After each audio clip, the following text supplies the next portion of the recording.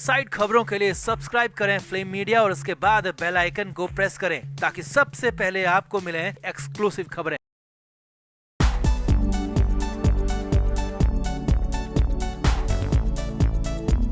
जो संजय राउत जेल से निकलकर धड़ाधड़ बयानबाजी कर रहे हैं, उन्हें ये महंगी पड़ती दिख रही है, क्योंकि राउत के घर अचानक बंद लिफाफे में एक ऐसा कागज पहुंचा है जिसके बाद तो राउत के परिवार में खलबली मच गई है। राउत के घर मैत्री से लेकर उद्धव ठाकरे के घर मातोश्री तक अफरा तफरी मच गई है। हद तो तब हो गई जब नोटिस घर पहुंचने के बाद संजय राउत के भाई सुनील राउत बड़ी ही हड़बड़ाहट में मैत्री पहुंचे। 3 दिन से बेहद खुश होकर मीडिया से बात करते दिख रहे सुनील राउत ने मीडिया की तरफ देखा भी नहीं और सीधे घर के अंदर चले गए। सुनील राउत के माथे की शिकन साफ कह रही थी कि उस बंद लिफाफे में आया कागज जरूर खतरे की घंटी बनकर आया है। तो आखिर क्या है उस कागज में, कहां से आया है ये नोटिस और इस नोटिस के मायने क्या हैं? आपको बताते हैं सब। आप भी वीडियो को शेयर करें और अपनी राय कमेंट बॉक्स में जरूर दें।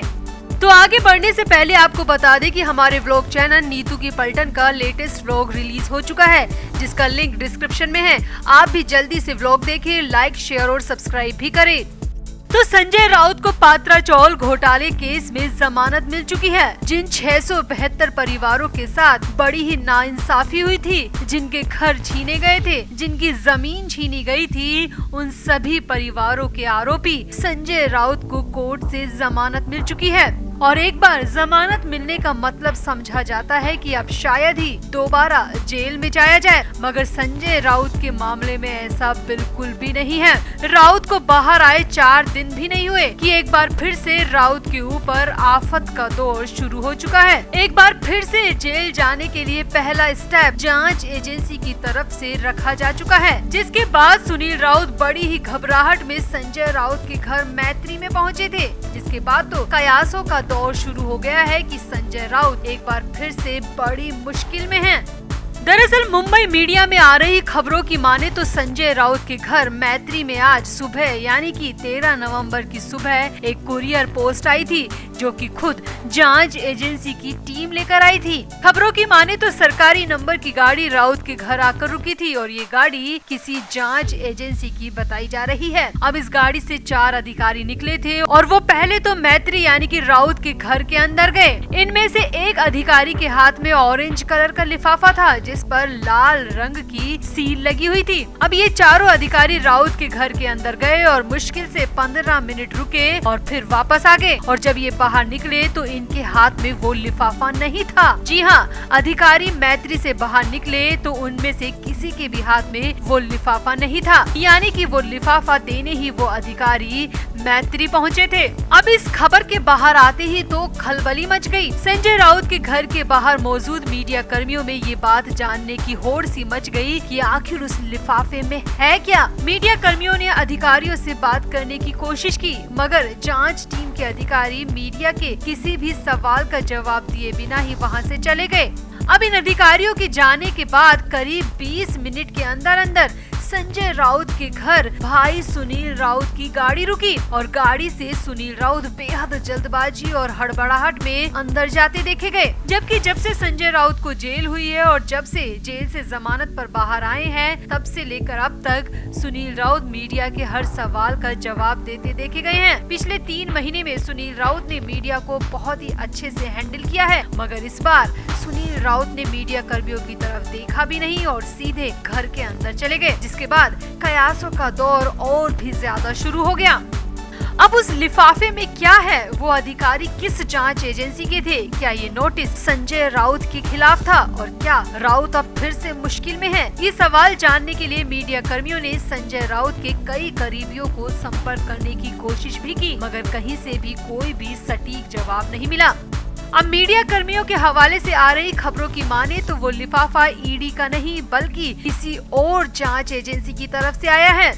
खबरों की माने तो संजय राउत के खिलाफ जल्द ही एक और केस में जांच शुरू हो सकती है और उसी के लिए राउत के घर पहला नोटिस भेजा गया है।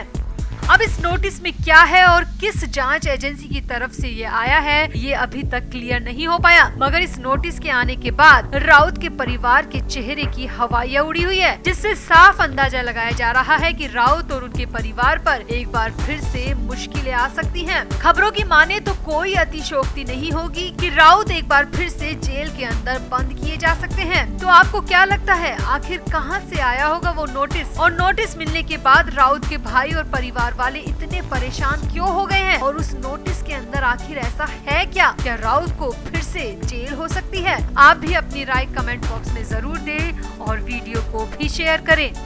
तो आगे बढ़ने से पहले आपको बता दें कि हमारे व्लॉग चैनल नीतू की पलटन का लेटेस्ट व्लॉग रिलीज हो चुका है, जिसका लिंक डिस्क्रिप्शन में है। आप भी जल्दी से व्लॉग देखें, लाइक, शेयर और सब्सक्राइब भी करें।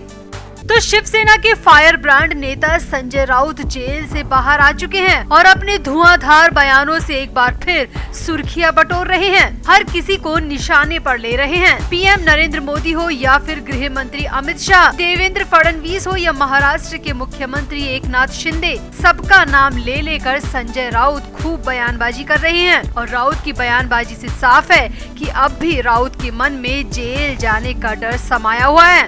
उन्हें एहसास है कि वो दोबारा जेल जा सकते हैं। जी हाँ, संजय राउत को कहीं ना कहीं डर है कि अगर उन्होंने जरा भी बात इधर की उधर की तो उन्हें दोबारा उठाकर जेल में डाल दिया जाएगा। और राउत ने खुद अपने मुंह से इस बात को स्वीकार किया और कहा कि ईडी उन्हें कभी भी उठाकर दोबारा लोहे की चार दीवारी के अंदर बंद कर देगी। दरअसल जेल से बाहर निकलकर हाल ही में एक मीडिया हाउस से बातचीत में राउत ने पहले तो महाराष्ट्र की सियासत पर बात की और कहा कि महाराष्ट्र चुनाव से पहले हमने बीजेपी के साथ गठबंधन किया था।